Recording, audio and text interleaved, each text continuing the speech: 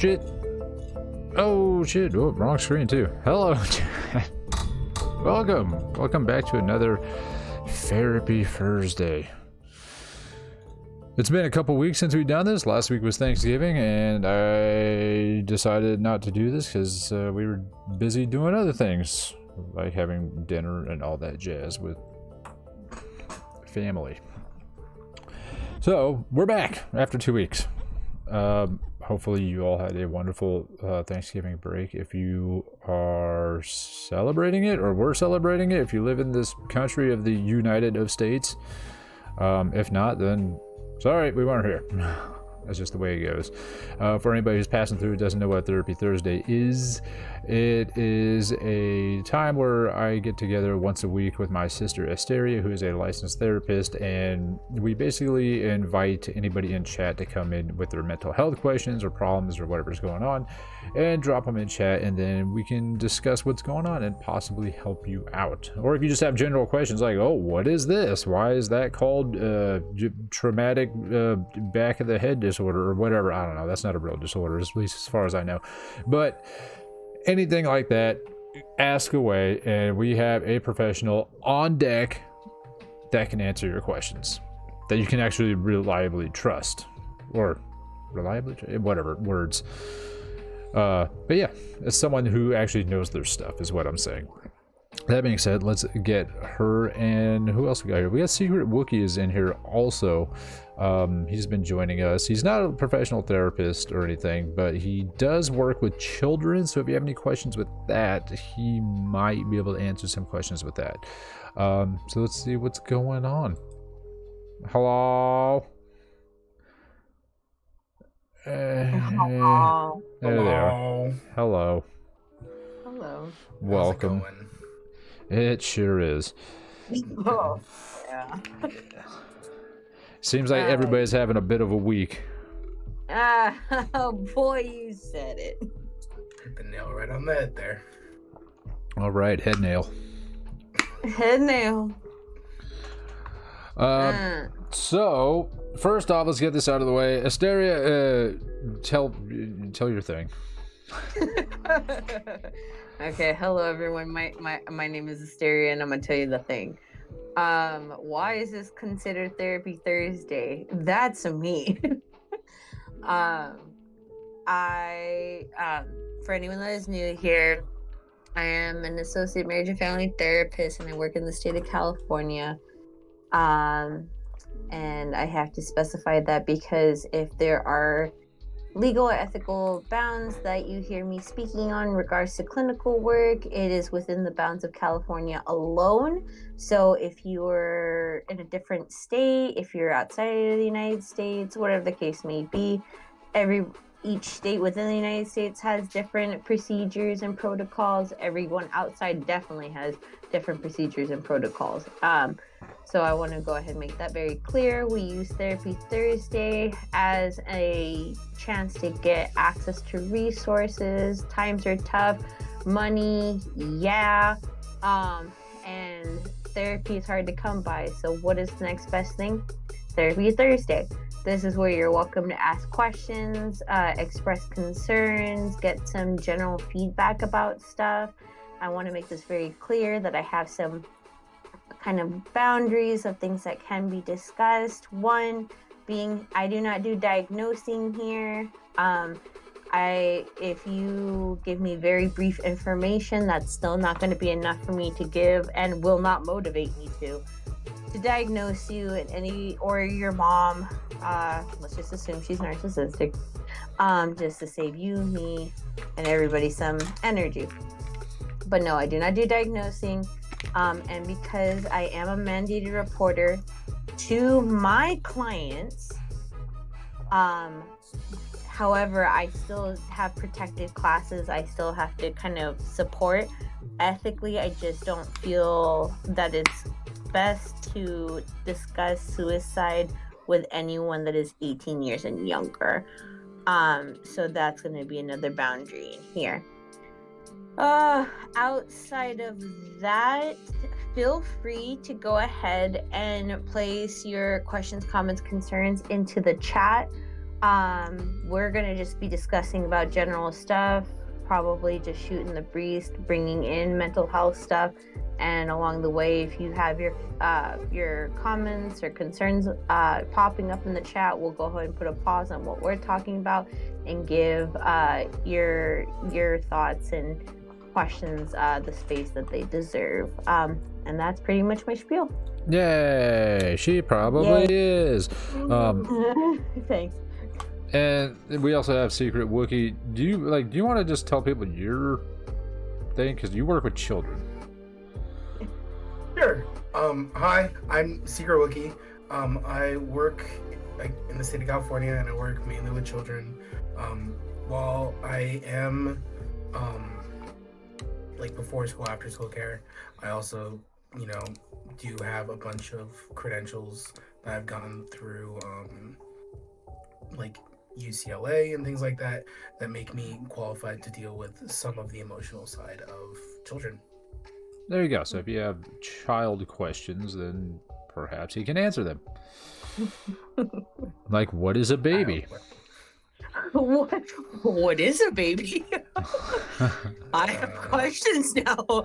I always thought it was just an oversized rat. Am I wrong? Tell me, Wookie.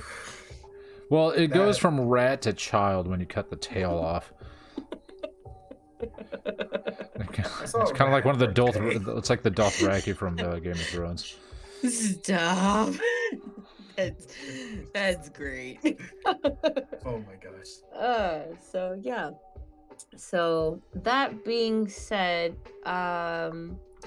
who wants to get started? You Not do. me. All right. What happened with the car? You said you're having vehicle problems. That's not what I said at all. You said it's time Actually, for a new car, but you I sounded. did say it was. No, I just said it's a long story short because it's just easier to explain, or rather than explaining all the details that are unnecessary because you didn't ask for them, or anyone. I'm not saying to blame you. I'm just saying to save time and breath. It's just time for a new car. That's all. My car is fine. It's ugly as sin, but it's fine. It's just, I guess, without divulging too deep into whatever, is that what's the easiest and quick version I could say this? It's this. It's ugly. It's ugly. It's so ugly. It's ugly. It's ugly.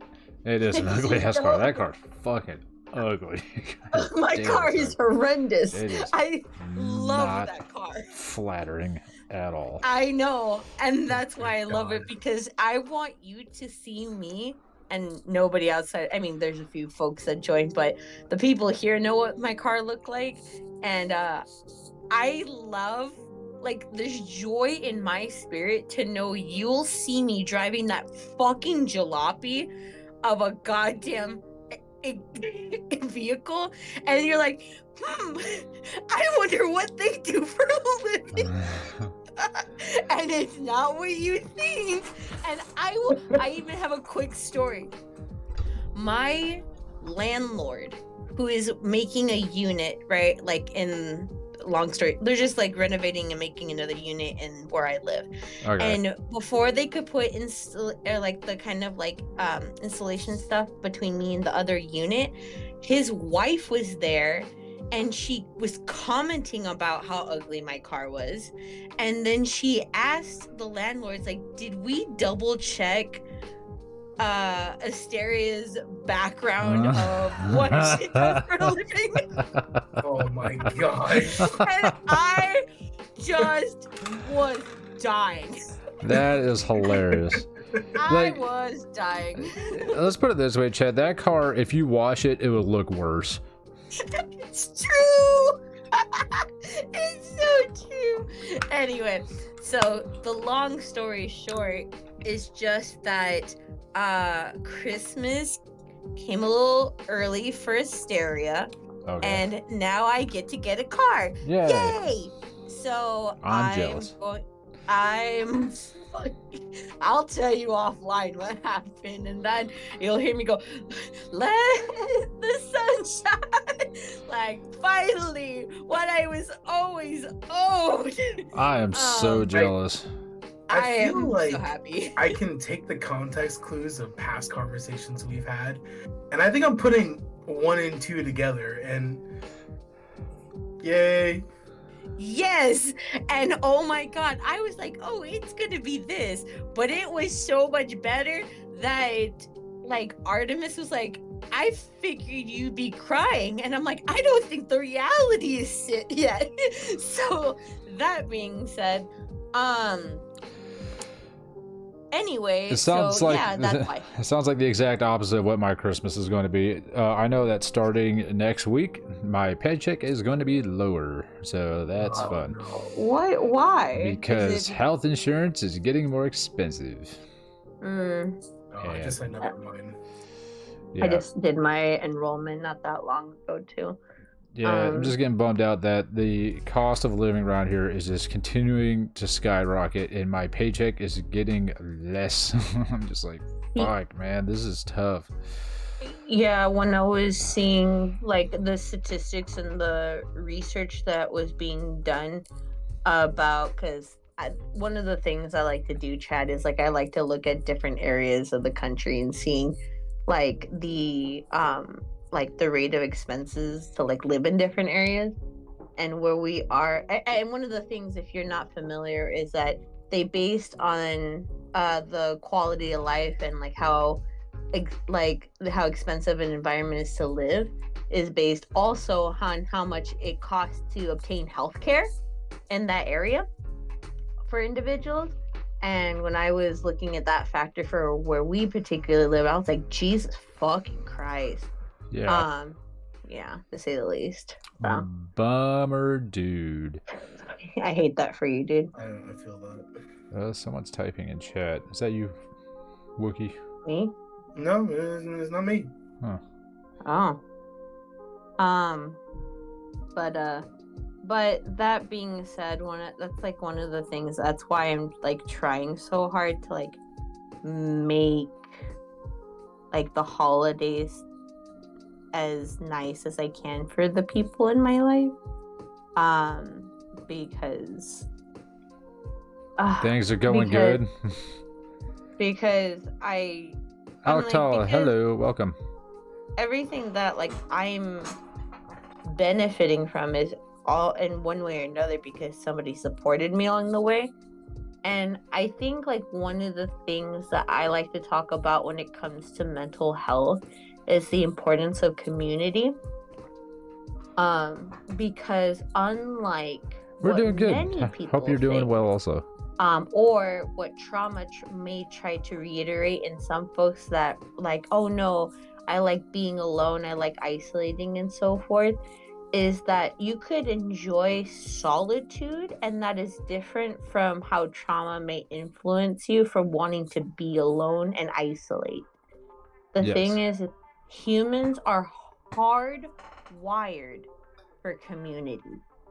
And so I think that one of the things I want to talk about today is the impact of community to mental health. Oh boy, is that right up my alley. Yeah, do you want to get us started? You said it. It's, well, as we've discussed before, my severe lack of social interaction has done just absolute destruction on my mental health. That makes sense. Yeah, and unfortunately, I'm in a point where I don't know how to resolve the problem, because this is not like a by choice scenario. I get that. Just background for people watching that may not know what I'm talking about. It's just since like the pandemic happened, I pretty much lost all my friends. I lost the relationship I was in, everything. Just people just fucking scattered like a bunch of cockroaches. And they are just not here anymore. And being in school and everything, trying to make new friends is tough, especially at my age, because people in school are a lot younger than me. And then the people I do want to hang out with and actually am able to, relate to, they are either too busy or have their own relationships that they're dealing with, which I guess would kind of align with the too busy part. Or they just don't want to because they got their own mental health crap going on and they don't want to talk to anybody. So that's what it's like. Let's see. Altai says, so since you're doing mental health support, what's your advice to moving on from a breakup? Asteria, I have no idea how to do this. You got any ideas? Because I suck at relationships. Actually, I have great thoughts about moving on from a breakup because, okay, talk about the end of a relationship. So I'm gonna go ahead and start off by saying that breakups are, which kind of goes into what we're talking about, is like the impact of community and so forth for mental health, is like, I hate it because I want to say like the short answer, but then I could already hear the groans that will like fall out of Kilton's mouth. Or maybe even let me get them ready. Yeah, go ahead. Can you get those ready for me, please? Right. That is a burp, but yeah, maybe close enough. you need to make space. The thing about breakups is that I don't believe, contrary to popular belief, that people get over breakups. I think that's such a misconception, because I think I equate breakups or the end of a relationship, to the experience of grief and loss. That's how severe I see them. Yes. Because the thing is that, like, I see it as the equivalence of grief and loss, and that's why I try to see it as at like equivalent as so, because even though, first of all, grief and loss is not limited to someone dying, and that's also a misconception. Grief and loss is the impact to where there has been a fracture or impact or permanent impact to attachment, which is, so again, in summary, is an attachment wound, the way that we connect and attach to people, right? And when people are in our lives and we engage in vulnerability for connection and support and so forth, and all of a sudden that person is no longer there or in a consistent pattern of being there, or there's changes to why they're there, your body is going to feel it very similar to the same signals as if they did die. And that's why I don't undermine breakups. They're not just something that you're going to get over. However, it will change the way that, like, just like with any grief and loss, is that you're going to change the relationship you have with it as time goes on. So to quote, get over a breakup is to change the way you want to live with the grief. So as an example, I will go ahead and share a little bit. So after my last breakup, which was really bad, oh man, so bad it made me change my location of living.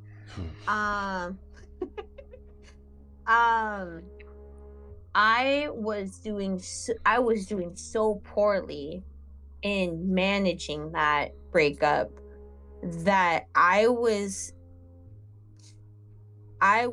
hurting and crying, and I joined support groups, and it felt like my heart ripped from my chest, crushed to dust, and then placed ever so gently back into my chest.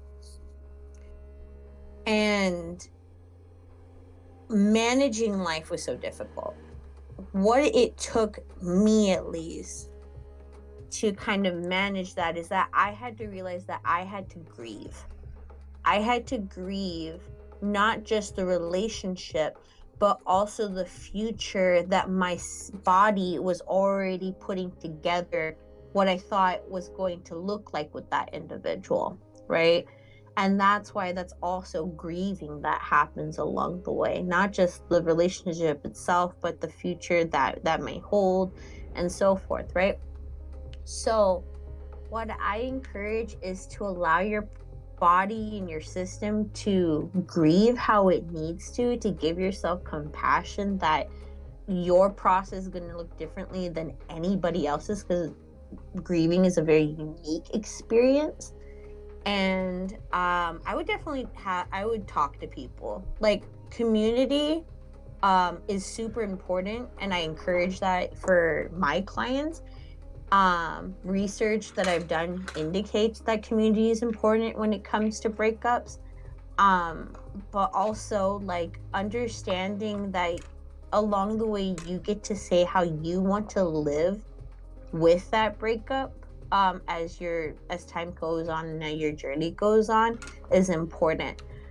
I would definitely say that reflection is also really crucial, especially if in the future you intend to get in a relationship again. And I also encourage honesty of where you are with the breakup along the way, because despite, again, the last point I'll say for this is, contrary to popular belief, it is 100% impossible to avoid bringing the baggage from past relationships or your past period into your future. I wish you could tell that to a lot of people. Actually, well, you can, but I'm saying I wish there's a lot of people. I mean, that's why we're here. I know that need to hear that bit of information a lot more, or just need to hear in general.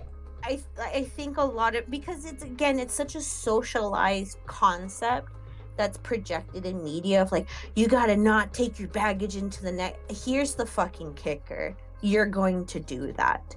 The way that our bodies are hardwired is that you will be taking that with you. You don't reset every time you go into another area of your life. It's all lessons that build upon itself. But here's the thing, is that lessons can change and alter.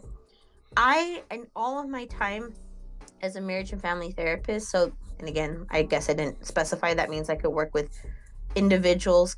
I've worked with couples and relationships and family systems, is that contrary to popular belief, additionally to this, and this is where I get split with a lot of people, even my own colleagues, but I'm sticking to my beliefs in this one. I don't think it matters how long you're alone with yourself and how connected and well off you are with yourself. Because I think that there's things that you're not going to understand or know about how you are in a relationship until you get into a relationship. Because your partner will trigger you. There is no doubt about it. Because why? They're another individual that is not you. And they have a different lens of the world, and they have a different background that they've gone through. And there's just going to be a lack of alignment of, like, how y'all see the world. But it's going to be important to know how connected and well aware you are of yourself in relation to how you come into a relationship and share space with another individual or individuals if you're in a polyamorous situation. Okay. So, what are your thoughts? Well, yeah, I mean, that part's true for sure. I mean, like, it's not until you're with somebody that you see what, like, because if they have communication, they're like, I don't like that you do this. Did you know that you do that? You know how loudly you snore? You don't know that stuff. But, yeah, you so fart that in your sleep, whatever. Yeah, you fart in your sleep, and for some reason, like, you stop breathing for a moment. It's really concerning. It's very concerning. But the whole that's one thing I've read all over the place, and this is why it's kind of been more difficult for me, is what you said about having community when dealing with a breakup is big time, important. Yeah. And I would agree with that. And because everything I've read online, all of it, so it's like, you talk to your friends, talk to your family, get out, do stuff. You know, it's like, it's not that you're going to get over it. You're just going to, I think it's just meant to,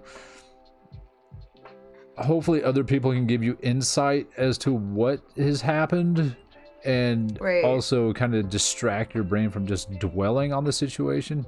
Let's see, Alcala says, although I agree with you, although I agree with you on the grief and loss aspect, but the timing of the breakup couldn't be better. So she broke up before our anniversary, and also would like to add that I have very important deadlines, like my graduation project. I'm about to graduate, so it feels like I don't have time to grieve, and that makes sense. I appreciate you speaking on the subject. Oh yeah, for sure. Well, in this case, it kind of seems like you might have... I'm not saying it's for the better, but it seems like there's a silver lining to this. One, if you want to expand on that, yeah, let's just do it like the stupid guy way first. You don't have to buy them a present for your anniversary. Two, you can shut up, I'm in character. Okay. 2, you can return all those damn freaking Christmas presents that you might have purchased. And 3, if you're focusing on your graduation project, that's big time paying attention. That one is a major one. And I imagine if you're about to graduate, you're probably going to start looking for internships and stuff for your your field of work, and that's going to be occupying so much of your time that it, like, yes, you might not have time to grieve about it now, and maybe you just, like, grieving for you could just be really simple in this situation. But it sounds like, I'm just trying to be positive here, that this might help you out in the long run, especially with your career and stuff, because this is giving you basically a free road ahead to set up a foundation for possible future relationships. And you're just not going to have a distraction. I mean, it sounds kind of, I feel weird calling them a distraction, but you know what I'm trying to say. Well, I want to go ahead and hear from Wookie as well on this one. What are your thoughts, Wookie? Tam Link will get to you in just a moment. I've been there on being broken up with right before an anniversary. So my condolences. I guess from my personal experience, the only thing I can say is, like, don't let that stop your life. Like, you are, from what you say, focusing on your graduation project, which, best of luck. I think we all need luck for our graduation projects. Yeah. Honestly. But, like, if you, as crappy as it sounds, like, if you focus only solely on the loss, you're gonna lose so much more in the end. So it's like, when that happened to me, like, for personal experience, I took the negative route and it consumed me, and it probably did a lot of damage in the long run. But if there's one thing I can tell you, is spend this time to reflect on, like, yourself and focus on yourself. Like, you're gonna go through all of the stages of grief, I think. Like, you might get upset, you might be sad a couple days, you might get real sad. Just do the best you can. Don't beat yourself up. Focus on your life moving forward, and eventually, the days will get less hard for you, hopefully. And knock on wood. One day, you'll remember this as a memory in the past, especially kind of like Kilted said, which is like looking for internships, like, in your field of focus is like another probably important thing you should be focusing on. So I see it as like a positive that, like, it happened now, but at the same time, oof, that hurts. Yeah, like, especially with, like, these last 2. I'm imagining you got, like, about 2 weeks left in the semester, so yeah, I mean, this is really going to let you focus on it. If any grieving is going to come, it's probably going to be around, like, when Christmas hits. in my opinion, because that's when like you're not working on If they something and celebrate there's just whatever. The holidays. Well, there you go. Jeez. But yeah, you know what I mean. So I think that kind of going into the point that was stated about not the time not unable to grieve is like, I think just like any grief is that like grief or like experience grief there's never a good time to grieve. There's just not. And yes, sometimes circumstances can make it a little bit easier to have that space and so forth. And one of the things I want to say is like going into when it comes to like the stages of grief, or I like to call phases of grief, because I feel like stages sound like steps and it just doesn't work like that. You kind of it's a fluid experience, I think. But that's just my belief. I think that you will process it the moment your system is ready to process it. And like for instance, in my life, I have, prior to my current relationship, I was in a long-term relationship, and then I was in a unhealthy and emotionally abusive relationship.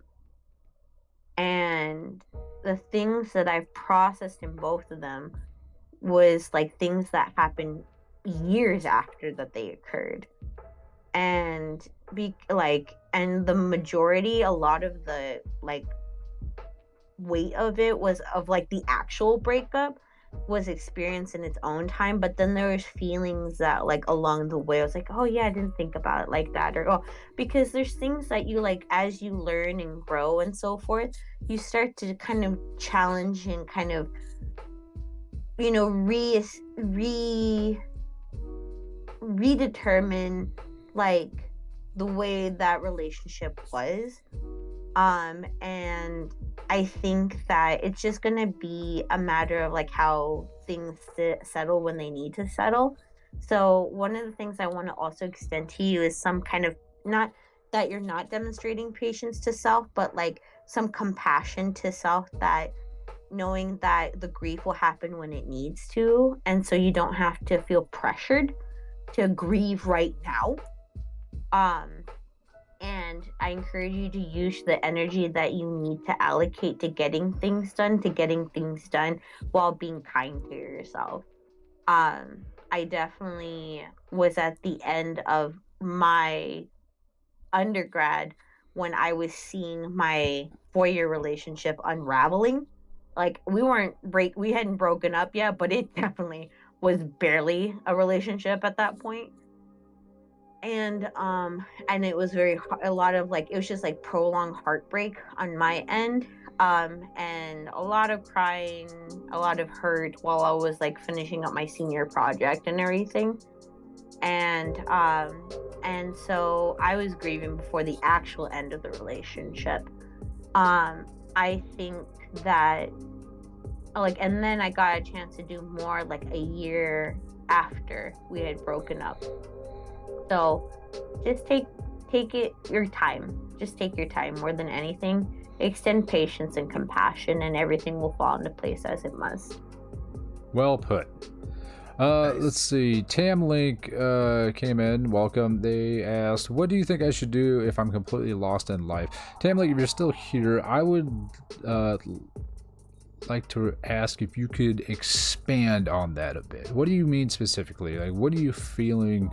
What do you mean by lost? Like, do you have no direction? You just not have motivation? Did you, like, something bad happen? Or like the disruption of direction. Yeah, something like that. Like, can you kind of expand on that a bit so we can kind of go into that in the proper direction? I don't want to be sitting there, you're like, oh, I feel lost in life. It's like, well, have you tried looking at your GPS? And you're like, I don't know. Maybe you're on the side of the road trying to find a Starbucks. You're like, I don't know. Like the North Star point north. Yeah, North Star point. Yeah, because if I tell you just look at the North Star and figure it out, that's probably not helpful. So No, that's not. That's a good question. Always kind of like checking in and expanding can help a lot more, getting more specific. yes. So yeah. Yeah, you can't just go to the doctor and be like, I'm in pain, or they're gonna be like, well, where at? It's like, on my Here's some body. Tylenol. Yeah.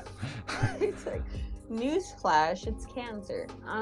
So Wow, that yeah. was a Jesus, joke. that was a jump. I mean, but that's the point. Yeah. Like, It that's could have the been whole cancer, thing. you know? Then they're like, well, we just started dating. Their birthday's around that time, so they're a cancer. Oh my gosh. So yeah, I think like that's really important. I feel like many times, when I mean, just in what I'm interpreting, when it's like feeling kind of like lost in direction, I always kind of go straight to, at least like in my approach is like the how do I say this, kind of like the impact to like self. To expand on that point real quick is to saying like many a times like I feel as a result of just life and life experiences, like a lot of times people are met with this message or like this internalized message of either or sounding similar to, I don't know who I am, I don't know why I'm living this life, and who am I living this life for, right?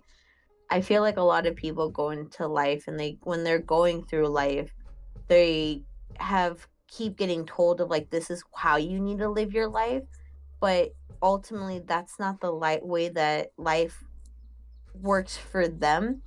So they feel like this misalignment of the way that their life is going versus how they wish life would line up for themselves.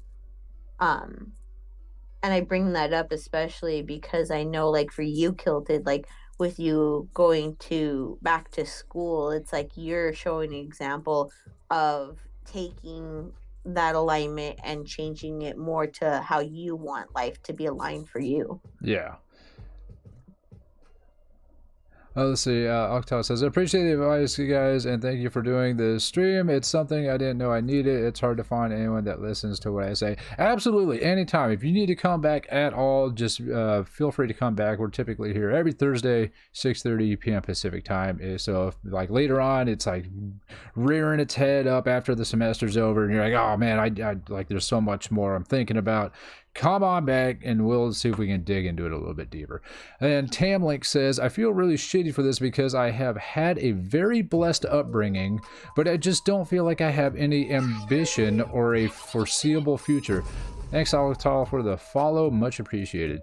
So there's just, okay, so they had a good upbringing, but there's not ambitious. Okay. So I already have thoughts. Yeah, I kind of feel where they're coming from on this in a sense. Like, I am in school right now and I'm trying to make a change, but like I said, with the whole lack of social life and everything right now, and the way my finances are, like, I find joy in pretty much nothing. Even though I'm working towards something, it's not really exciting me anymore, and I don't know if it's going to be a success in the end. I'm just kind of on autopilot at this point, kind of like how, you know, going to the gym, I had set that up to lose weight and all that stuff and become an athlete, and I did, and now it's just autopilot. But I don't have any ambition to do anything else beyond where I'm at right now, just because it's like it's hard for me. Probably this is probably due to my, you know, lack of relationships, that's just, I'm just have no ambition to push forward towards anything. It sucks. They say, yeah, I also just don't have fun doing anything anymore. I'm in the same boat with you on that one. So Asteria, what do you think? They just don't feel ambitious, they just don't have fun doing anything anymore. It seems like they're kind of in the same spot I am, and you kind of know what I've been dealing with. So I'm already curious because everything that's already been shared, I'm curious, then why mention upbringing? Like that sounds like a now thing. So what's the motivation to identify, like, how you define upbringing? Like, is there a correlation, or if we could kind of expand on that point, that would be more helpful for me. While they expand on that, I'm just going to take a guess just to see if I'm correct on this one. I feel as they might, for some reason, they understand that possibly they have been provided with with resources to essentially achieve or chase anything that they want to put their mind to, but they, for some reason, are not seeing a direction to go, and they might feel some sort of guilt for not utilizing what was provided to them. So that is a really great insight, what you said right now, if that's a possibility, what's going on, because the thing is that many times I feel like there's a misunderstanding that just because you've been provided resources and so forth, or have access to support or whatever, blah blah blah, the place maybe, that automatically equates that you should then hold ambition and drive, and that's two different things. I think that the guilt piece is really important, though, because again, we live in a society, but there's such in multiple cultures, in multiple regions of the world, there's such an unspoken piece to be ambitious and be productive that I feel that in itself can lead to the idea of toxic productivity, and then kind of falls into a reflection of, well, I should be doing something else, or I should, like a case of the I shoulds. Right. And Tamlink says, yeah, that's pretty much it, basically. I guess I nailed it. Okay. Well, the thing is, I kind of want to quickly say this, and then I'll ask for y'all's thoughts. I think there's such a misconception that just because an individual had a quote good upbringing, that automatically means that they should have a good life. The thing is, and that could be for multiple reasons. One being that because again, a good upbringing is very subjective. It's so subjective, right? Yes. It's like for instance, myself and my best friend, when we were growing up, I thought she had the perfect upbringing, like, because she had parents in the home that were consistent, and she had a consistent home, and she got things that she wanted, and therefore I thought she had a pretty good life, right? Because I came from an abusive and awful home, right? Right. However, as we got older, we started having discussions and kind of like talked more, she thought that she didn't think my life was any better. It's okay. I don't blame her on that. But she was like, but she thought that she saw myself as more of like a desired person, being social and ambitious and all these things. And she said that she desired so many things that I had. And this was very surprising to me. And she's like, and then she kind of shared with me more about like how there was like emotional neglect and like abandonment that happened. It was a lot more emotional stuff that she was hurt by her parents, despite it not being so obvious and, you know, kind of like overt, right? And I was like, that's very fair, right? So I subjectively thought her life was good, and she thought I was subjectively an individual that was more like productive and desired and so forth, and we came from completely different homes, right? Yeah, so I'm gonna like cut in right now, just because it kind of goes on with right there. So Tamlink says, I've had this close friend who has attempted suicide multiple times, and now she is very successful And I feel horrible because I'm not making any progress in life despite having a much better social / family life. So this sounds like it's lining right up with what you were saying. Well, here's the thing, because again, I guess I'll expand a little bit more on this one, okay? Mm-hmm. I was significantly suicidal throughout my life too. And I didn't want to be here. I didn't think I was gonna live past 25, and now I'm 85. You're not 85, damn it. Say that to my vitamins and my oatmeal. Anyway. Anyway, the ages. Anyway,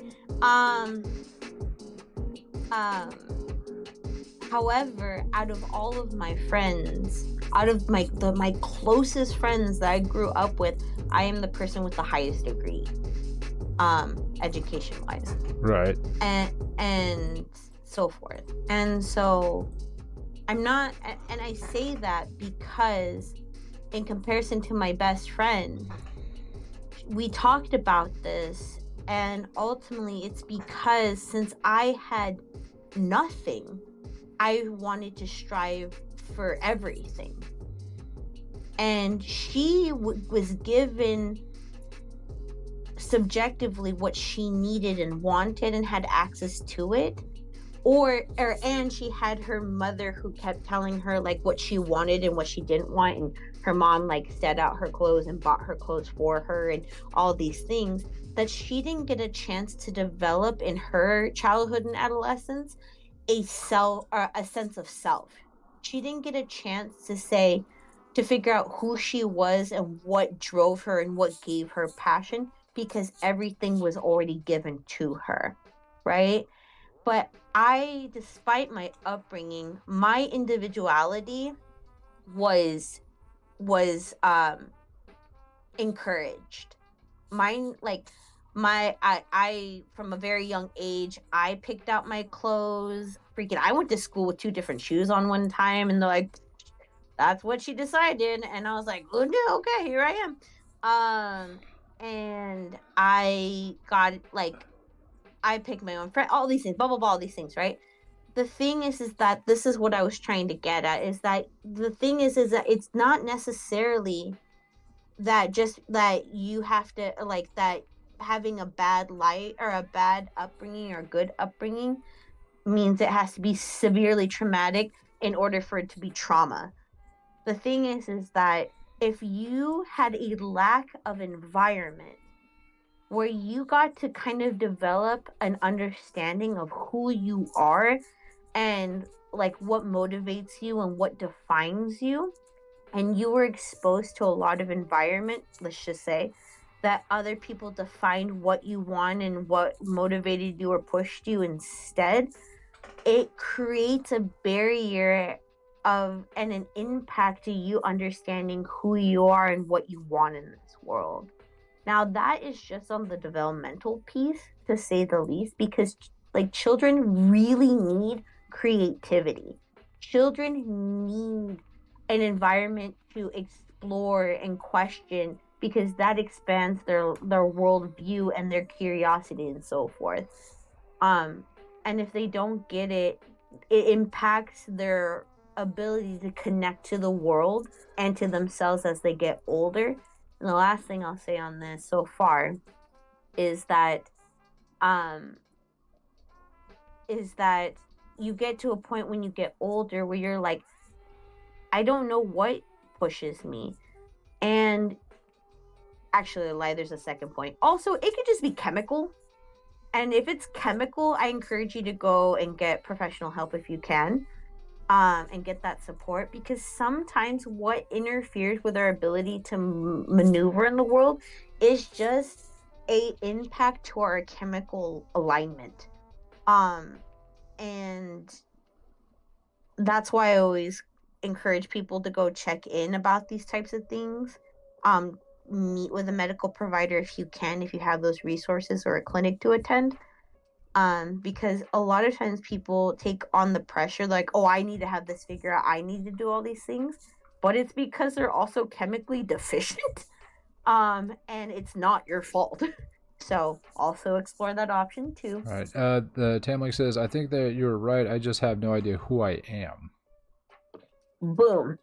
Oh my goodness. This, I wish I could circle around forever.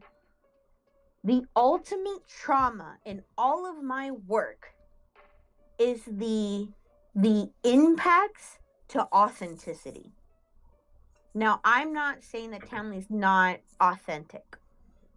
I think that despite the idea that trauma is limited to these big, life-threatening experiences, I think that's bullshit. I think that trauma is defined by any interference, whether it be attachment wounds, relational wounds, abuse, abandonment, neglect. It doesn't matter. That's why there's no point in comparing traumatic events. But trauma, what still we continue to carry and experience, is, I think, if there has ever been an impact to understanding who you are authentically, that's trauma. So I think what I would encourage is trying to find ways to begin understanding who the hell you are, and what you want. And that's very broad, I know. But I want to kind of pause right there to kind of like get y'all's thoughts of like, what has been y'all's journey of authenticity and how you define yourself. I'm gonna start with Wookie because he hasn't been talking. Go, Wookie. I'm absorbing all this knowledge right now. I'm trying not to speak on this because I've personally not dealt with this. The closest thing I could say that I did was like expanding my horizons through my time at a community college, and also like all of the jobs that I have held, which is like, even though like I wasn't passionate about something, just like pushing forward and like exploring new things, or like trying a different field, and kind of seeing like where this crazy journey of life would take me. I don't have a lot of experience with what they're talking about. I leave it to the professional. And built it. well, with me, I felt like there was a phase where I kind of had like got tired of not knowing who I was, I guess. And I think it was like when I was 25, I decided I'm just gonna go out and just do stuff. Whether like just anything that intrigued me, even the slightest bit, just go do it. You know, I started like going to music festivals and stuff, like even by myself. And I kind of fell into the whole EDM genre of music a lot deeper than I thought I was going to go. And then, you know, it's just now, you know, with me going back to school, like being in my 30s, and now I'm actually finally able to go to college. You know, I started going back originally to do electrical engineering because I said, oh, electrical engineers, I know that they make good money. And there is a school, like literally like 5 minutes from my work, that's a big university that has a program. And after I was in school to go do that just to make more money, I realized, you know, I don't like electrical. Screw this shit. I'm already here. I'm going to go do something I want to learn about. And now I'm trying to become an aerospace engineer so I can build rockets that go whoosh, boom. So it's like, how does one find out who they are? That's a great question. Like, I'm not a pro at it, but it's like the only thing I could think to do is, if you have like the funds or time or whatever, is just basically shotgun your way through a bunch of different things. Like, I'm gonna try dancing, or I'm gonna go try going to the gym, or I'm gonna try you know, let's see, like figuring out how to like tie-dye shirts or something, just like, or even if whatever you're doing on YouTube, like the stuff that you kind of watch that like you enjoy watching, just like, how do I do that? Or I want to learn more about that. You know, if you like watching people, I don't know, bake or some shit, you watch the Great British Baking Show or whatever, well, maybe you'll like try baking. Or maybe there's, I don't know, like, I'm trying to think of other stuff besides like making crap, because that's the only thing I can think of. You know, maybe you want to travel somewhere, or so now you can go, okay, well, am I an outdoorsy kind of person? Let me get some stuff and go for a hike or go camping for a couple of days with someone or by myself and see if that clicks. Just, I don't know, that, like, my thought is just to shotgun your way through different experiences. Tamlink says, I'm kind of in a tough situation with trying new things. I'm a junior in high school and my parents just completely shut down any new things I would like to try.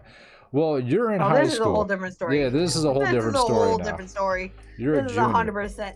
You're a junior in high school. Yes. Let's flip this coin over. Like this is all. So let's go into a different angle. It really sucks because about being kind of a junior in high school, because high school sucks. Well, first of all, the educational system is not set up to nourish and flourish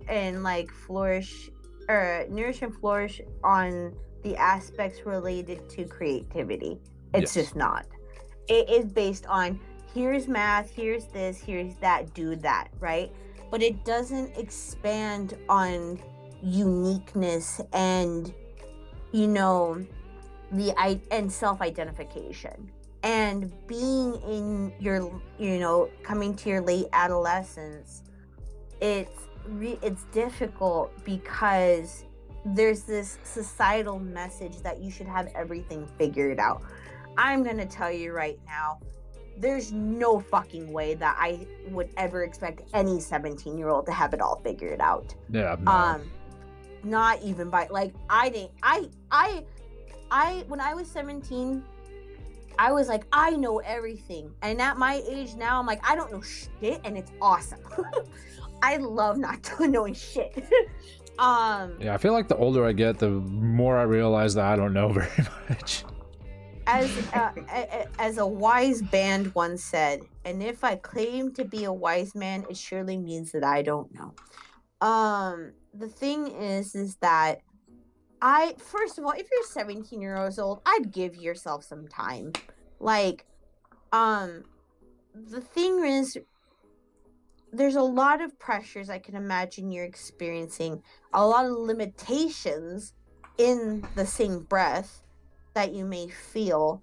But I want to say that the development of like who you are is going to come with time, and I would support what Kilted said about exploring things that bring interest to you. Now, when I was 17, I didn't have a lot of funds, to say the least. All my funds were going into college. And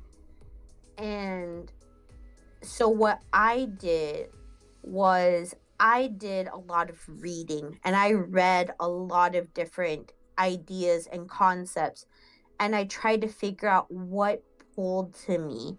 And when I started figuring out things that I liked along the way, I tried to find people who also had those interests. So then we talked about these types of things, and then they extended their knowledge of stuff to me, and then we created more community outside of that.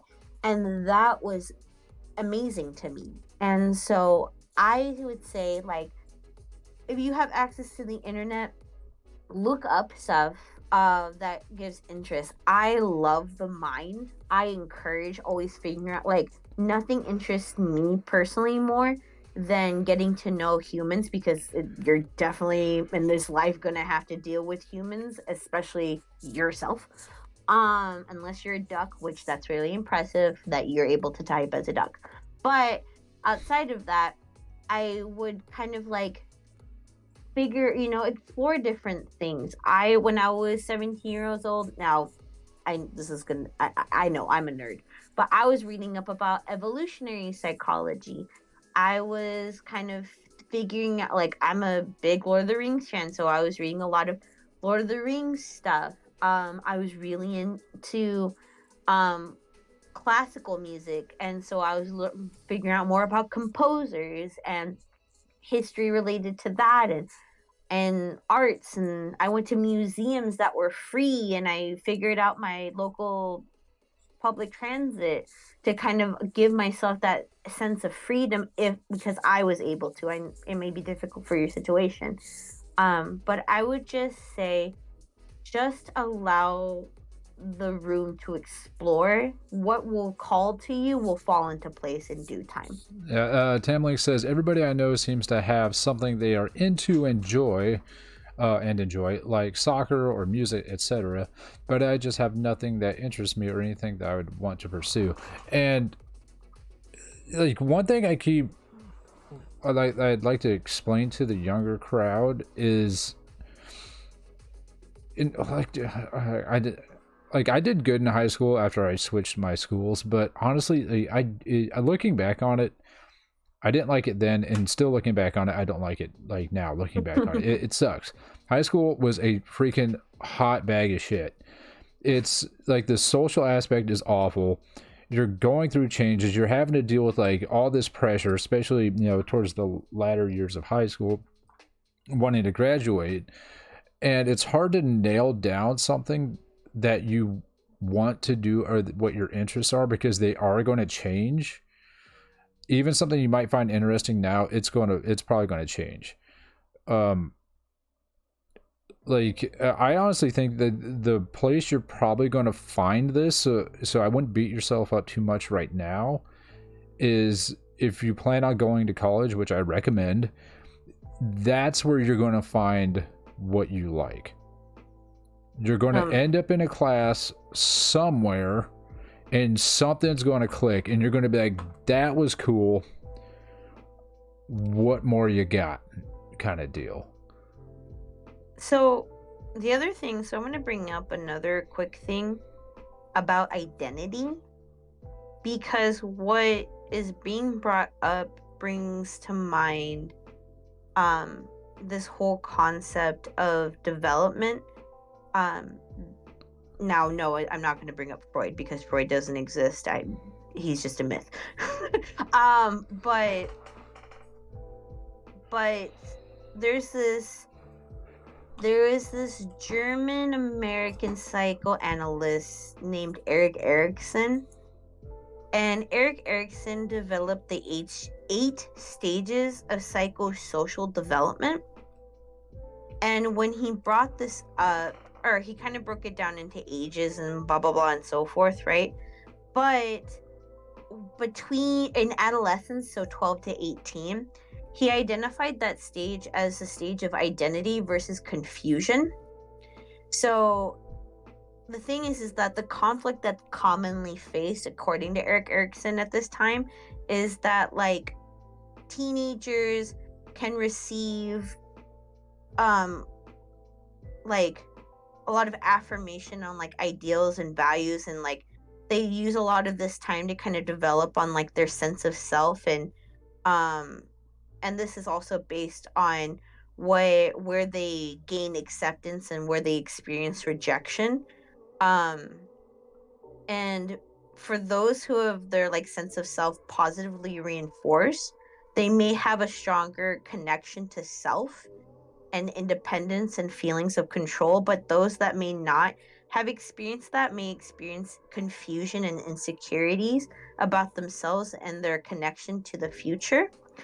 And in that same breath, he talks about what is called role confusion, where it's like he tries to emphasize like kids who are not allowed to explore and test out different identities might be left with the experience of role confusion, which may leave them feeling unsure of who they are and where they fit in, and maybe feeling kind of like confused and disappointed about their place in life.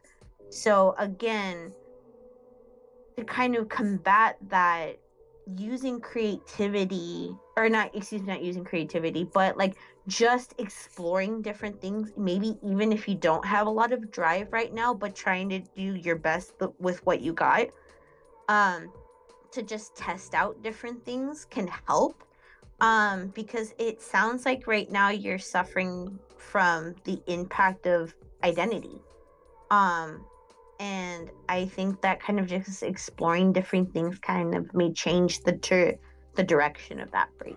Yeah, and they say, after realizing I didn't know how to be popular, I decided to completely change my life, or not my life, change my personality, and now I feel like I just pick different traits from people who play a major role in my life. Now I just feel like I'm starting from square one way too late in life. First off, it's definitely not way too late. Not even. No, you're close. 17. Yeah, you're fine. You're fine. You got a long time to go. You're barely walking in the door of this Walmart. Oh God, not Walmart. Okay, not Walmart. That's a bad example. A store that's not Walmart. Just any other store. Anything but Walmart. Any fucking store. You're walking in the front door. So don't worry about the time thing. You're plenty ahead of you. Don't worry. But also, being too late doesn't exist. Nothing is linear. There's no milestones. It's all made up. Don't believe it. Okay, thanks. Yeah, and then the one thing that jumped out is they say, I feel like I just pick different traits from people who play a major role in my life. And honestly, I feel that's going to be something fine. You're always going to do that, because I still do that. Yeah, that's fine. Yeah, that's just something that people do through their whole lives. That's a reason why people from different countries have different accents. Like English people versus American people, we have different accents because we pull that from those around us. You're not just 100%. Born that way. So I still pick up traits from people I know. Your sense of humor is going to change based on who you hang out with. So that's normal. Don't worry about that. That's how you develop. Oh man, 100%. Like I don't like when I was a teenager, I kept on getting this message from like people that age saying like, oh, like you're just picking up qualities of other people. That's ununique. And I'm like, here's the kicker. Nothing is unique. Like everything has been picked up from somebody else forever. Yeah, why do you think fashion is the way it is? Yeah, and also everything is subjective. So first of all, I'm so glad along the journey you stopped attempting. This is just my personal feelings. I'm so happy that you stopped trying to quote be popular.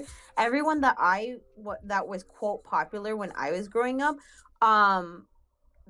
have kids, are unhappy, and are driving for Instacart. Like I'm not shitting on Instacart, but the thing is like the whole point is that like, but I will shit on the kids. Anyway, Jesus. but the point is this. The thing is that like when you are developing self, you don't just pull that out of thin air. You create community, and the things that you enjoy from other people, you may adopt for yourself. And I think it's much more of a sense of flattery. It's like, oh, I really like this about you, and this creates this connection with you in this like unique relationship way, so I would like to kind of adopt this for myself. I think that's totally okay.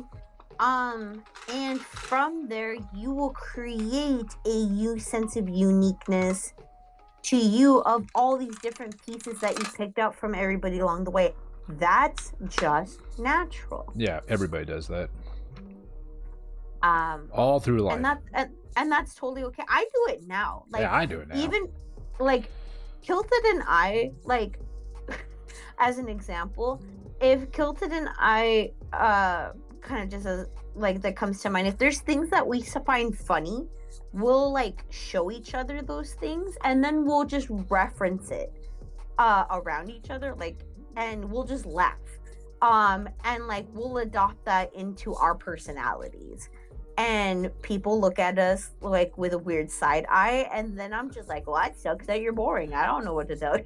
Yeah, I mean, think about it this way. Let's like one thing that we do is we like to quote SpongeBob a lot. That's us picking up the traits from a TV show, a cartoon. Absolutely. That's what that is. So like we do it all the time. Yeah. Yeah. So yeah, I wish you the best of luck though. I know it's not easy. Everything's very confusing, but I think that you're on the right track even if it doesn't feel like the right track, knowing that that track is like there's no wrong way to do it. Just do the best that you can. Yeah, just keep going. You're I mean, it may not seem like you're doing fine, but you're right on the rails. You're doing exactly what just happens during that period of life. So it's not that you're falling behind or anything. You're right on track. You're doing exactly what most people are going through. It just may not seem like it from your point of view. Yeah. But you're right on it. So try to remember that. If it, I know it's easier to say don't stress about it, but just from people that are older and have been there, and someone who's a professional therapist, just you're right on the rails. So you're fine. You're doing great. And good luck.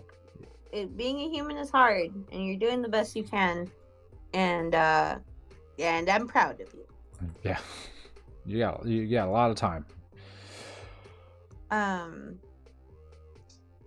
Yeah, I'm like, man, I can't like when I was a teenager, I wanted so badly to be like certain people. I was just thinking about this on my walk yesterday. Thank you very much, Tamlink.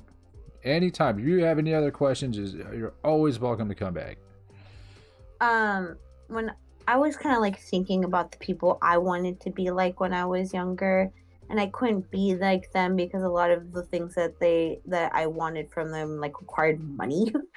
And I grew up poor, but then I realized, like, going back, or even like as I like was like, oh, I wonder how they're doing now. A lot of them are not happy. And I realized, like, being a teenager is fucking tough. Being a teenager during the time of fucking social media, oh my god, fucking asshole. To say the least. And I think there should be a lot of credit that should be given to teenagers that kind of make it throughout that journey. That's my thought. Social media is a dumpster fire. Ugh. It's like the fucking worst. It is. Like, I just, like, even when I'm sitting there on TikTok, I'm just like, Jesus Christ, man. I don't know how people absorb this crap all day. I can sit on there for a little bit and get a good laugh here and there, but it's like, you sit on there too long, you're like, ugh, yeah. Well, it depends on which side of it all you are, too. Well, well, you see me, I'm on the weird side of shit. You are on the weird side of it. I got tired of looking at the popular stuff. Yeah, the popular stuff, I was like, I'm getting away from this. I'm like, hey, that guy's foot is stuck in a bear trap. Let's see how he gets out of this one. Oh my god, my man. Anyway, that's the side that Kilted is on. Yeah, it's way more entertaining. You're sitting there like, man, sometimes like you watch it too long, you feel like you can be laying in bed for an hour looking at TikTok, and eventually I'm like, I might have to go wipe my butt again. I feel dirty. Oh, and I didn't even go to the bathroom. This is just, ugh. This just makes me ill. Yeah. Yeah. Any thoughts on your end, Wookie? As someone that works with kids, I can tell you, like, when some of my old students come back and like talk to me, yeah, you're not alone. Like, everyone goes through that phase. Just do the best you can. Like, you're at that crucial stage of life where you're just figuring it all out. Like, do the best you can, and kind of like Kilted said, I can only recommend going to school, but I also understand with certain financial situations if it's not the best. But even if you go to community college, just throw yourself into like as many interesting classes, even if you need to like maybe make it a compromise with the family, and just like, oh, I'm gonna take all these classes, but I'd really like to take this class. Just do that. That's the best way I found to like expand my horizons. Like, I never thought I would have been taking like ASL for 3 years and photography for 4. Yeah. Yeah. You know what's my fucking beef with the educational system besides everything? Is that I wish that there was opportunities to like explore different, especially in the college system, about like more exploration of classes just for the fucking like fun of it, without like penalty or something like that, like financially Yeah. or anything. Because when I was now, let me make this very clear. I took a lot of different classes when I was in college because at one point Asteria said, "TV bio pre-med isn't for me." I know, me too. But because of the time period to which I I realized that I had to wait to be able to get onto the track of psychology when I did. And so I needed to just fill my schedule with shit so I could be able to get financial aid because I got financial aid. And just to kind of like meet the requirements of that, which again is a part of the system to which I hate. And when I did that, there was like a plethora of different classes that I took. Like one of the classes I took because I attended a school that was I don't want to say too much because it might say where I was, which one I went to, but I'll say it's this. Because of that, I got to learn a very unique, uncommon language. For Sign a language. semester. No, Oh. it was not sign language. But I do know sign language. However, no, it is a different language, and that is very particular. And it was Ebonics? so fun. No, it was so fun to do. You're not gonna guess it. I'm going to tell you right now. You're not gonna guess it. And it was so fun to be in that class, and it was so funny because there was only like 4 or 5 other people in there, and they were all there because they also changed their majors, and they were in that in between awkward stage, and I was like, oh, we're all here. And it was an interesting time in that. And I also took other classes, like I did I did a class that was the strengthening of cognitive functioning, where my midterm my midterm was to bounce a golf ball on a rubber hammer 20 times in a row, with my left hand. I wish I was joking, but I'm not, and it was awesome. And then my final was knowing. Oh no, excuse me. The golf ball thing was an assignment. My midterm was knowing pi to the 20th number and reciting it, and my final was doing 2 to the 20th power and like each number in between. Gotcha. And I loved that. That was awesome. And I so, did that. Yeah. really quick, can you turn off the TV in the background? I don't know how to tell you this, but I can't at this time. So you're gonna have to wait a second. All right. That's not me. So there's nothing I could do at this second. But I will as soon as I can. Okay. Yeah. But yeah, that's what I got a chance to experience. I think I'm going to have to take a class like that because I was trying to sign up for the next semester, and unfortunately all the classes I need are not available or Oh no. have already been taken. Oh, I hated that feeling. Oh my god, I don't miss that at all. Yeah, the problem is the physics class I need to take, there was only one class available, and it filled up immediately. That means only one teacher was teaching it on one day. I was like, cool. Is that for spring? Yeah.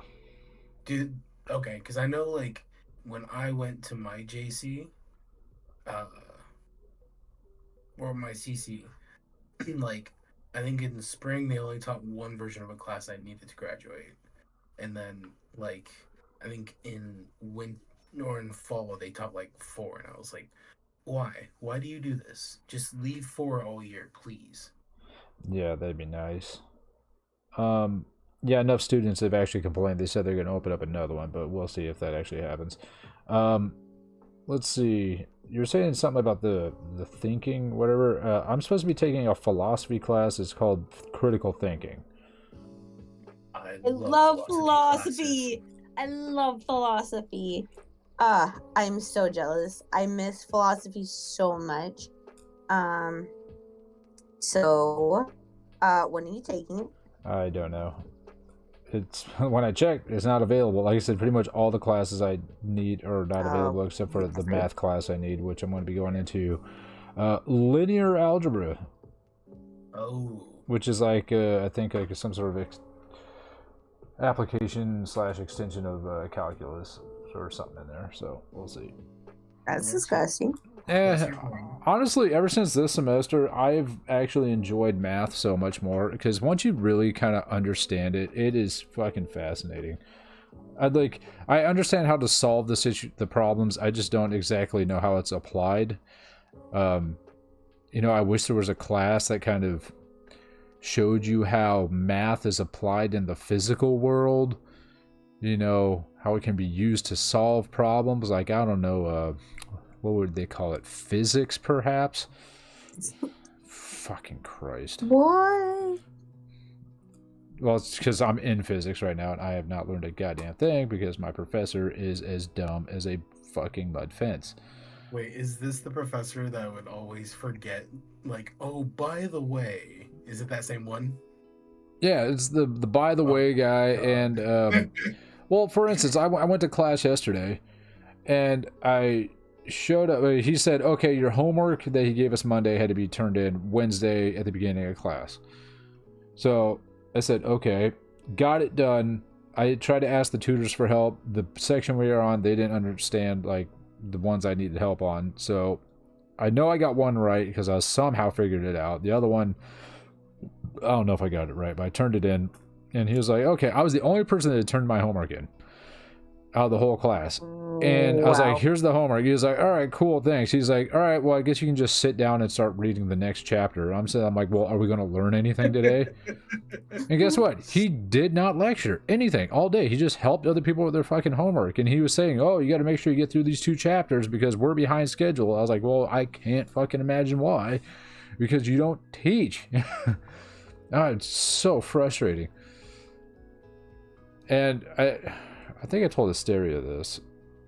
I think I told her last week. We had an exam the week before Thanksgiving, and it was on a Wednesday, and the class started at 10:15 a.m. So, you got to be there on time. That's when the exam starts. Blah blah blah. And we're sitting in class. It's like it's I think 10:16 or so, or no. Yeah, it was like 10:16, so a minute after class started, and one of my classmates pulls out his phone and shows it to me. The professor had posted an announcement at 10:14, 1 minute before class started, said, hey, don't forget, today is the exam, so make sure you're here at 10:15. I'm like, oh, cool, you're posting this 1 minute before fucking class started? You ass. Awesome. I was like, oh my god, this guy's a fucking dunce. I cannot handle this crap. And so I keep telling people, it's like, I have an A in the class, but it has absolutely zero to do with my knowing the knowledge of what we're being taught. Dude, may I reiterate? I hate the educational system. Yes, it's fucking horse shit. It is a wet bag of shit. Yeah. Wet. So I have a question. Did you ever look into your community college's class list and try and find the most interesting class you could possibly take? Honestly, this one was the one I was most excited for. And unfortunately, I signed up for a certain professor which had good reviews, but that professor, I don't know what happened, but it was a week before class and they got swapped out for this freaking turd bucket that I'm dealing with now. Yeah, the 2 classes I'm dealing with, both my professors got swapped from who I signed up for. So just imagine there's going to be a review on Rate My Professor and it's going to just be titled Turd Bucket.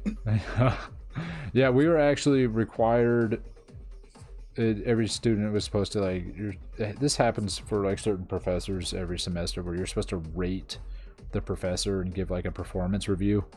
And everybody just, like, wrecked this guy on that review. Everyone's like, he is not doing his job at all. Like, at all. I told this to destroy him. Yeah, I told this to Hysteria once, I believe, and I don't think you were here, Wookie, to hear this, but this was a few weeks ago, maybe a month ago or so. I turned in one of my homework packets, and he hands it back to me like 5 minutes later. He's like, "Here you go." I was like, "Oh, that's the one I just turned in." He's like, "Yeah, you have to grade it yourself." I was like, "Excuse me?" He's like, "You have to grade it yourself." So he repeated himself. I was like, "What?" He's like, You have to grade your own paper." I was like, "That's your job." And so I just looked at it. He walked away. I looked at it, wrote 10 on the front, and then gave it back to him. I was like, "What do you mean grade it myself?" I almost sent him an invoice. You did for a it. great job. Yeah, and guess what? He posted it as a 10. He didn't even look at it. I was like, "What the fuck?" I'm like, there is no incentive to freaking, like, learn anything here. You're not teaching us. The book is crap, and, like, yeah, it's bad. I'm very sorry to hear that. This sounds like a terrible community college experience. Yeah, it is the worst professor I've ever had. And like I said, the reason I'm extra pissed about it is because I was super looking forward to physics. Like, I was super interested in it, and then this, I was like, cool, all right. So later in my career, people are gonna be like, "Oh, you just solved for this." I'm like, "I don't know how to do that." It's like, physics was required to get your degree. I'm like, that was the one class where I had a professor that didn't teach anything. How'd you pass? He didn't really grade anything. So that's how I got through it. I remember one of my funny stories from community college was anytime I couldn't get into like a class I needed or wanted, I would take like a phys ed class. So it's like I did strength and conditioning, like general physical fitness, which got me a pay raise at my job. And then one year I was debating and I was like, okay, I couldn't get into this class. Oh, there's bowling I can take. What? And then the other class was boxing. It was like boxing like 105.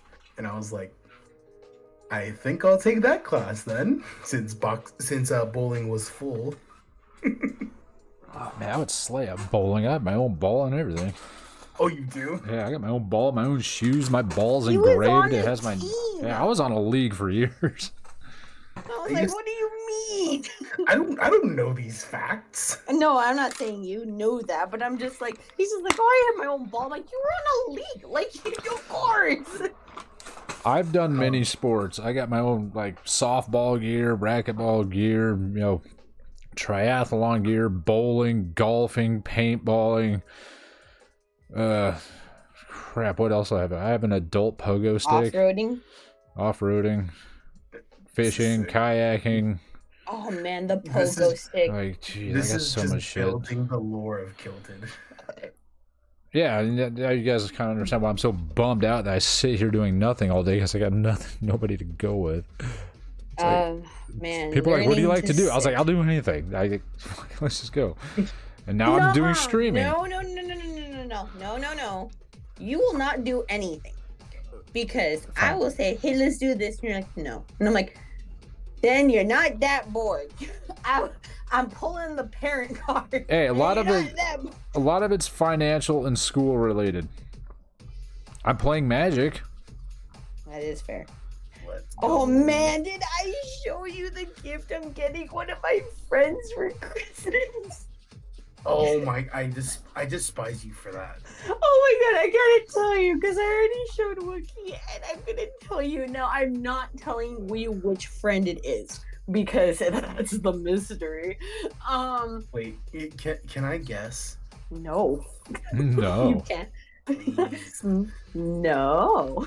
Why not? Yeah. Anyway, freaking guess what I got? And when I found it, I was like, this is good. This is gold. I found the world's tiniest magic set. Oh my Mhm. goodness. How small is it? Yep. It's probably the size, or it's probably a little bit smaller than your. No, not your thumb. My thumb. And I'm like, it's so small. So like what, 2 inches tall? It's very tiny. Wait, let me see. I'm like so determined to see how much or how big it is, and Are I'm the so cards excited. legible? Yes, Barely. barely, but that's not what he asked. Are they legible? Yes. Barely. Let's see, and it's a full set. That is also with the world's tiniest dice. With Oh, it, God. and let's see, how big is the fucking? Oh God, I love them so much. I have a Like, feeling whoever I'm this gonna is show gonna you a lose picture. it immediately. You can only play on a table that has like no slits in it. I'm gonna send you the photo just because I want you to see it so bad. Hysteria. I'm gonna take a guess. I'll show it to chat. Is it the other person that we play Magic with? She will not answer. I will not answer. You are right. I am. I am returning your gift. That is okay. Because why? Because I bought this gift and I am so proud of it that I will allow the pride of getting that gift fuel me. I am downright stubborn when it comes to these things. But anyway. Oh my goodness. Did you see it, Kilton? It's so ridiculous. There you go, chat. Look how small it is. It's about as big as your thumb. It's a magic card deck with dice. Comedy. The tiniest, turned- world's tiniest magic deck. This is now turned from Therapy Thursday to Magic Thursdays. You're welcome. We can make that happen, just maybe not on Thursdays. Yeah, that's on Mondays. Everyone's going to have to get a camera and all that stuff so chat can see all the cards being I've got played. it. I've got. Oh, Tabletop Oh. Simulator. Hysteria, since no. that thing happened. Huh. Since that thing happened, and you're now free from certain responsibilities. Oh God damn it! Do I hear the sounds? The of sound of a cash new register? car. The sound of a new car. Yes. I'm hearing That the is- sound of a new computer booting up for the first time. Ooh. Just think of all the Face. you could do with Kilted. You could actually read chat while we're doing Therapy Thursday. I still don't think I'd show my face on Therapy Thursday though. I just said you could read chat. You could have chat open up on like That's your true. computer so you can read it instead of waiting for me to tell you what is being said. I mean, I think I could still do that even now. Let me see real quick. But just think of all the other things that we could all do now. We could all play Fallout 76. You could suffer Golf and Friends. Yes. Oh my God. Scale. I'm thinking of getting the DLC. It's so exciting. And there's been rumors that Binding of Isaac's going to have an online co-op. Oh, that's wild. Yes. Good job. Hey, look, Asteria's here. You beautiful bitch, what you doing? Oh, shut up. I am. You are my not own chatting to number one yourself fan. now. You're not going to be talking to yourself on a stream through chat as yourself. Officer is the one right there. It's Get him me. out.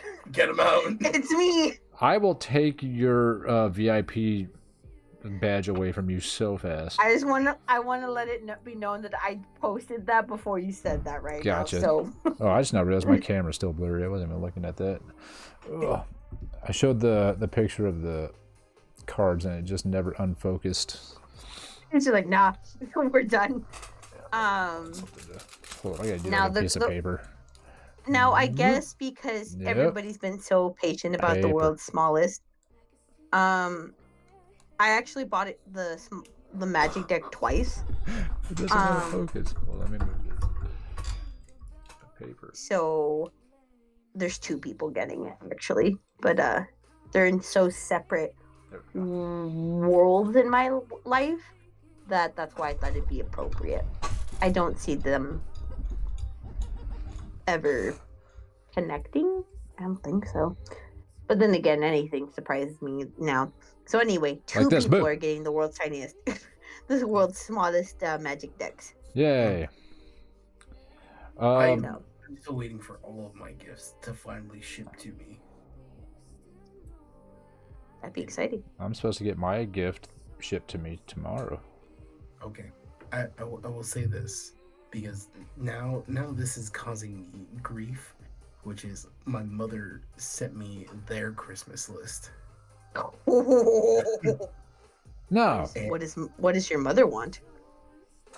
Oh, there's a lot of Nordstrom stuff, Ugh. and I have no problem, but my issue is the things I have already purchased and the plan I already had, which has now been foiled. Oh. Is it because she wanted foil? God damn it. Get him I out. have questions. Get him out. Get him out. It's me! Get me out of here! What makes it funnier is that the audio kind of cut out when they Yeah. said "get out of here." They're just trying to suppress me. Anyway. But don't you have like weren't we talking previous that like you and your mom kind of have a thing not going well? No. Me? No, Wookie. Mm, Or was that No. just the other family thing? no, that was the other family. Oh, okay. Because I thought your mom was Yeah. like tied into that somehow. No. She's she's friends with members of that family. Maybe that's but what it was. that has no bearing on the level of gift giving that she's about to receive. Gotcha. I just found the world's tiniest chess set. Oh God. Oh my! Would you stop shopping? We're streaming. I still think I don't remember where I saw it. It was on some social media thing. But someone said they were doing it for their girlfriend. They said every time my girlfriend does something good, like kind or like you know, being a good girlfriend, I put $5 in a jar. And at the end of the year, that's the money I get to spend for her on Christmas presents because that's what she's earned. What? What? Wow. I was like, I like how this guy thinks. Sometimes you gotta conserve your own energy. You just. What were you gonna say, huh? Huh? Yeah, huh? What were Gonna you attack gonna someone- say? Gonna attack someone for their belief? Yeah, of course I am. My clients come in like, I believe I'm okay. I'm like, you're not. I'm surprised by my genius.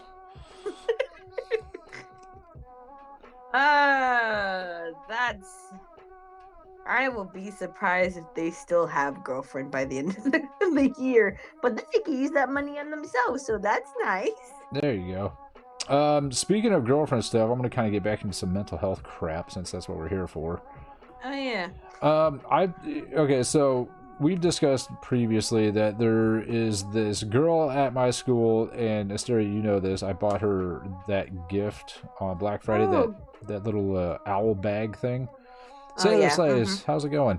Tell me why I thought that was Artie's voice in the background. I have no idea what you're talking about. Yeah, I have no idea what you're talking about. But so that girl I bought that bag for, I'm starting to second guess that purchase. Oh no. Actually, Yeah? maybe not second guessing, but I just don't think it's going to be appreciated per se. Wait, No. is that why you bought it? So it could be appreciated? Not necessary. Well, don't you? Is that why people buy gifts? Don't you buy something This is because a I think they would like appreciate, like they would enjoy this? Isn't that the whole point? You don't just buy it because I think this is going to suck for them. You're Well, like, no, I I think it also how you interpret appreciation. So it's like, are you doing it because this is something that you are hoping that they enjoy and that you had them in mind? Are Yes. you doing this so that they could extend appreciation for you for thinking about them? Like, there could be a multitude factors of like what appreciation means. So nonetheless, look, it's the thing where it's like I'm wondering if it coming from me is going to make them not enjoy it. okay, do you want to give us a little bit more information there, bud? How do I go into this? This could Sideways. Yeah. The thought was, because we were getting along, everything's all great, blah, blah, blah, blah. Being friendly, yada, yada.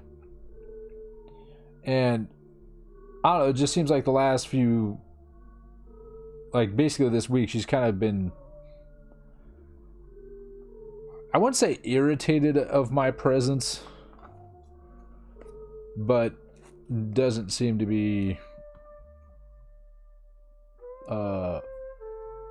warm to my presence. Is that how I want to put it? But that could, whatever. She doesn't, I don't know. It's just my presence doesn't seem to be making a positive impact.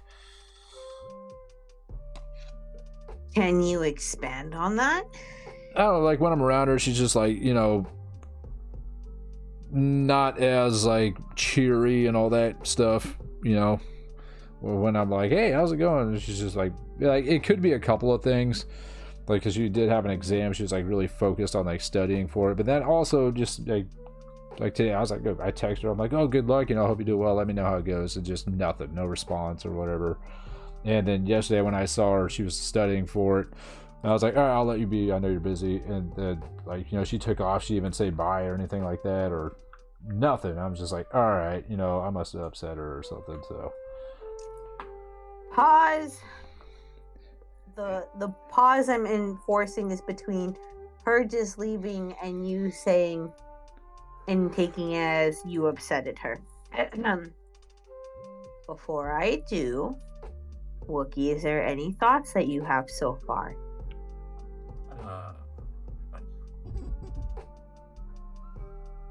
Not yet. I'm gonna bite my tongue and see how this conversation unfolds before I jump in on this.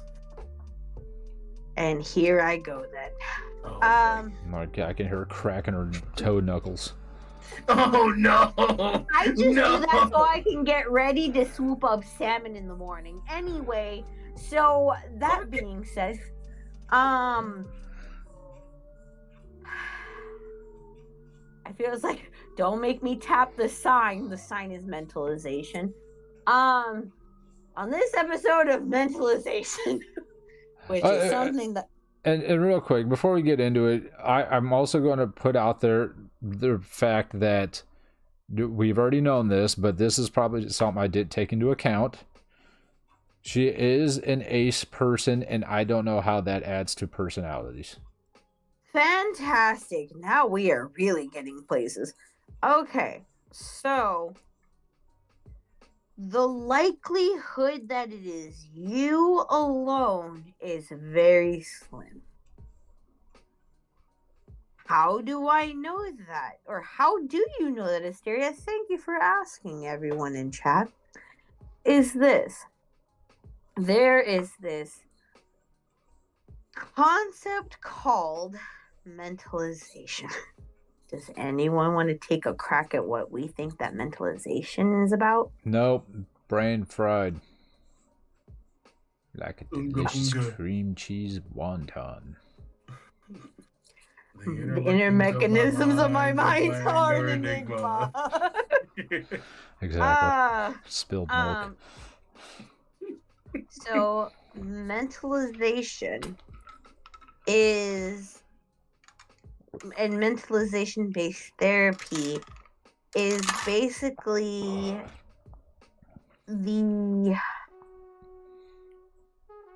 it's the quick version of this. Okay, the quick version is this. Mentalization is how you interpret other people's mental states in addition to your own. Okay, that's mentalization. Okay. Mentalization is or tries to challenge the idea that we can engage in mind reading, because I cannot emphasize this enough more than to you, me, or the next person, right? No one can mind read. Oh, thank God somebody said it. Fucking finally. No one can mind read. And whenever somebody's like, oh, I'm two things. If they say one, it's like, well, like, I could read your mind. This is what you mean. Or, I'm a very empathetic person, so I just know the energy in the room. No, you don't. No, you don't. God, I wish I could just shake people sometimes, but I can't without going to jail. Especially babies. Especially babies. You cannot read people's mind, and no, you're not an empath that just knows how to read the room and it's some special superpower. It's called mentalization. What's going on? Mentalization is when you take on and interpret the messages that you receive from overt or observable behavior in other people, and then make guesstimates of what the other person is feeling and thinking. That's what that is. In addition to the relationship that you have with your own emotions and feelings, which are two separate things once again, also play a role in how you interpret your own emotional state and your own interpretation of your mental and emotional well-being. The way we interpret in others is the collection of observable behaviors such as body language, also facial expressions, tones, and the way that people present themselves and express their own emotions, right? Right. Then from there, you make interpretations, right? Correct. The impact to the lens to which you interpret other people's mental states is significantly impacted by your life experiences, your culture, your background, your trauma, and etc. Right. How do we know this? It's this. A great example, and then I'll bring into Kilted's point or whole situation. Okay. If you were near somebody, right? And somebody came across or they, like, let's just say that you're like sitting in an area with somebody, right? And all of a sudden they get up to leave, and as they leave, when they close the door slams. Okay? I'm going to do this individually. If in this scenario, Kilted, what would you interpret from the situation about the person that left? It goes two ways based on what has happened before that thing. I could think they're upset. Mm-hmm. And then the other one is they don't have a concept of how to close a door, and they don't understand that shit is loud. Okay. Wookie, if you're in this situation, how would you interpret the individual?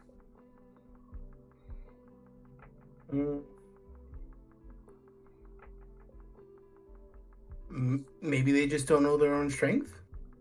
Okay. So, when I teach this to my clients, because when I conduct group therapy, there is a door, and people may shut the door really hard. And there have been clients that have said, then they're like, why is that person angry at me? And I say, who said they were? Or did you interpret that from this behavior? Right?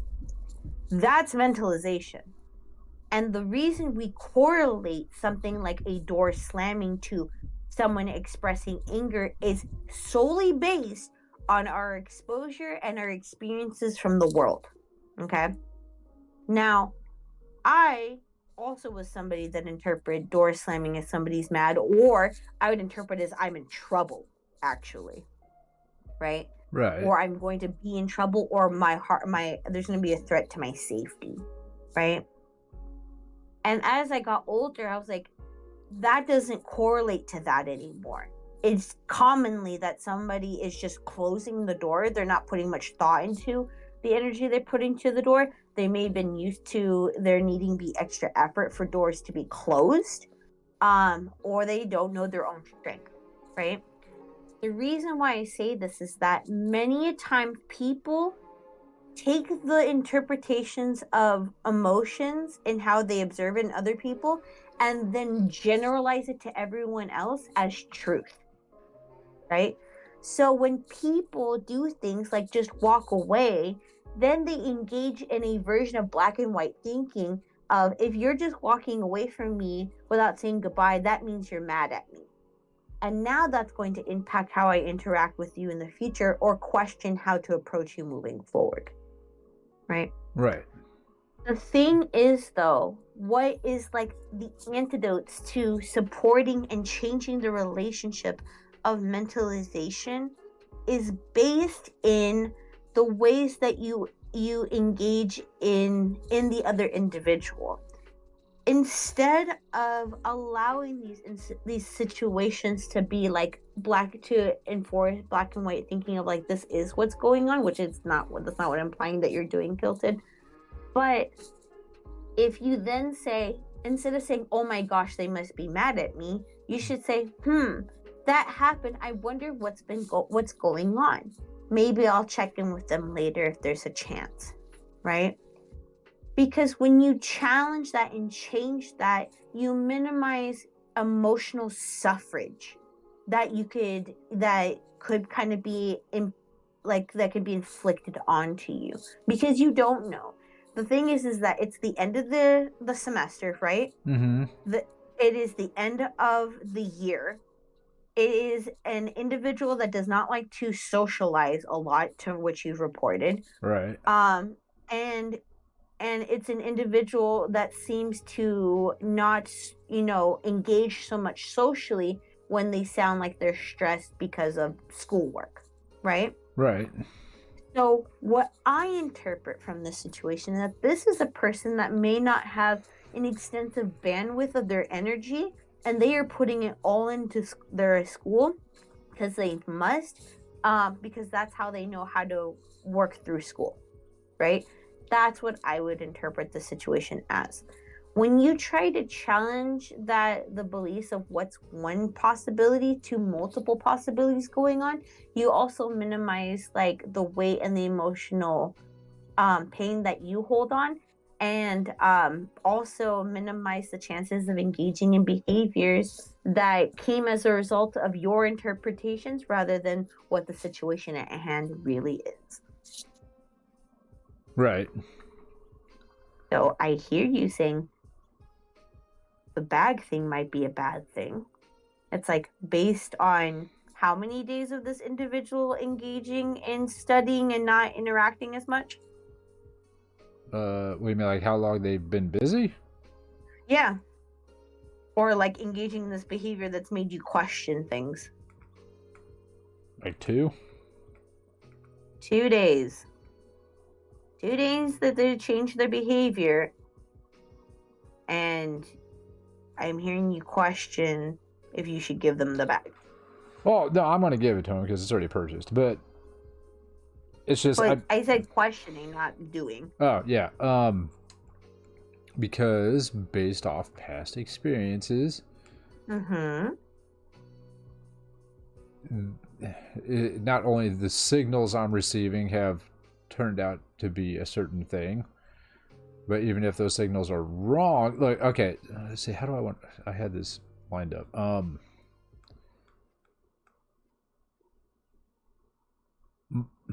My personality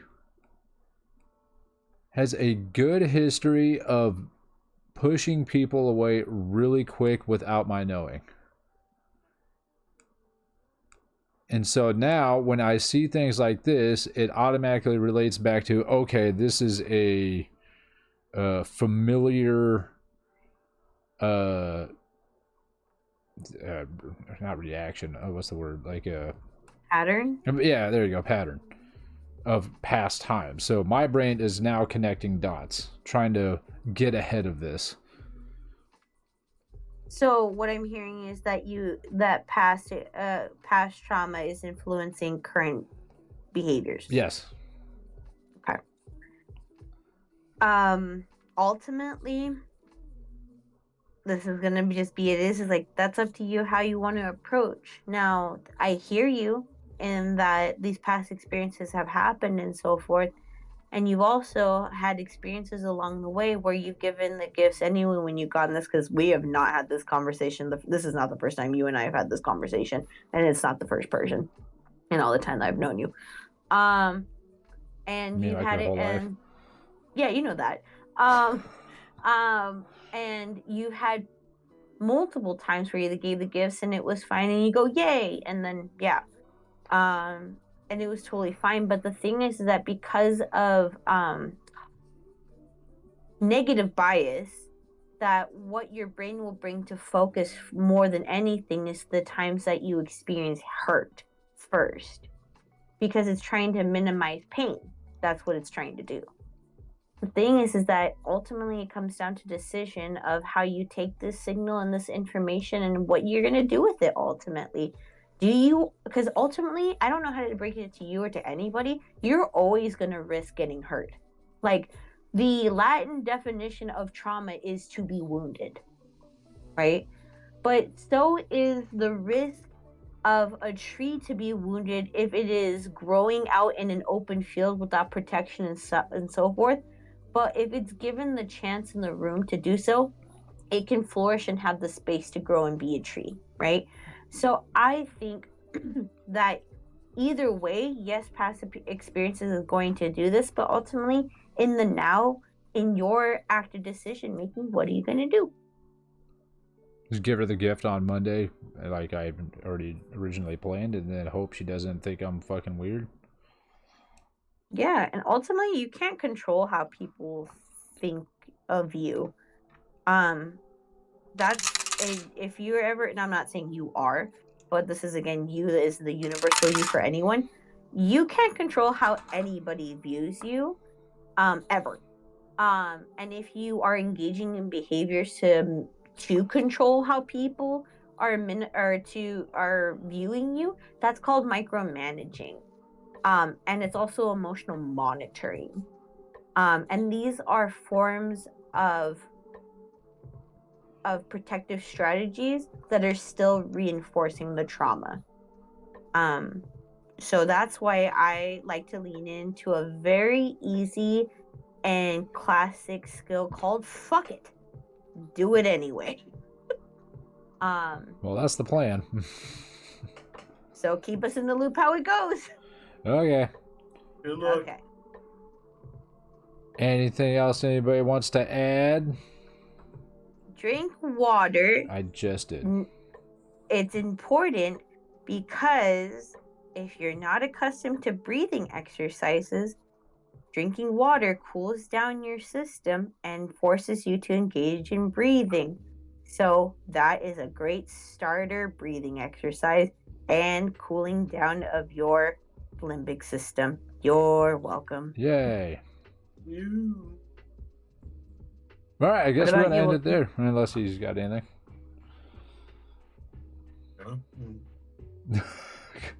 Okay. A nice grunt. All right, well, I guess that's it. We covered some Okie stuff. dokie. Hopefully we helped. Well, it sounds like we helped a couple people today, so that's good. Yeah. Nice. So I That is find that good. to be productive. Yay. We did it. And now I'm tired, and I'm going to eat a quesadilla. That sounds like a great There you idea. go. Yes. Okay. All right, thanks for stopping by, everybody. Chat, Asteria, Wookie, in that order. Sorry, Oh. that's mean. He's But okay.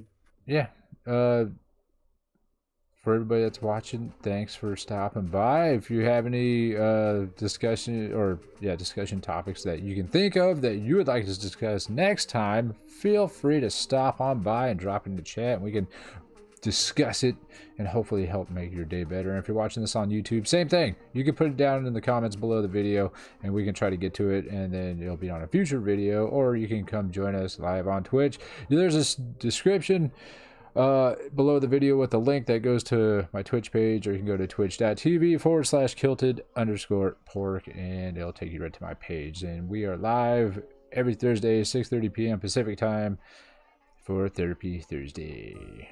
Yep. That's pretty much it. Yep. All right, my brain's cooked. As you can tell, I'm slowing down. So we'll Yep. Bye, Chad. Bye, Bye. chat. We'll see you guys later. Have a wonderful evening, rest of your week, all that good stuff. Bye. Bye.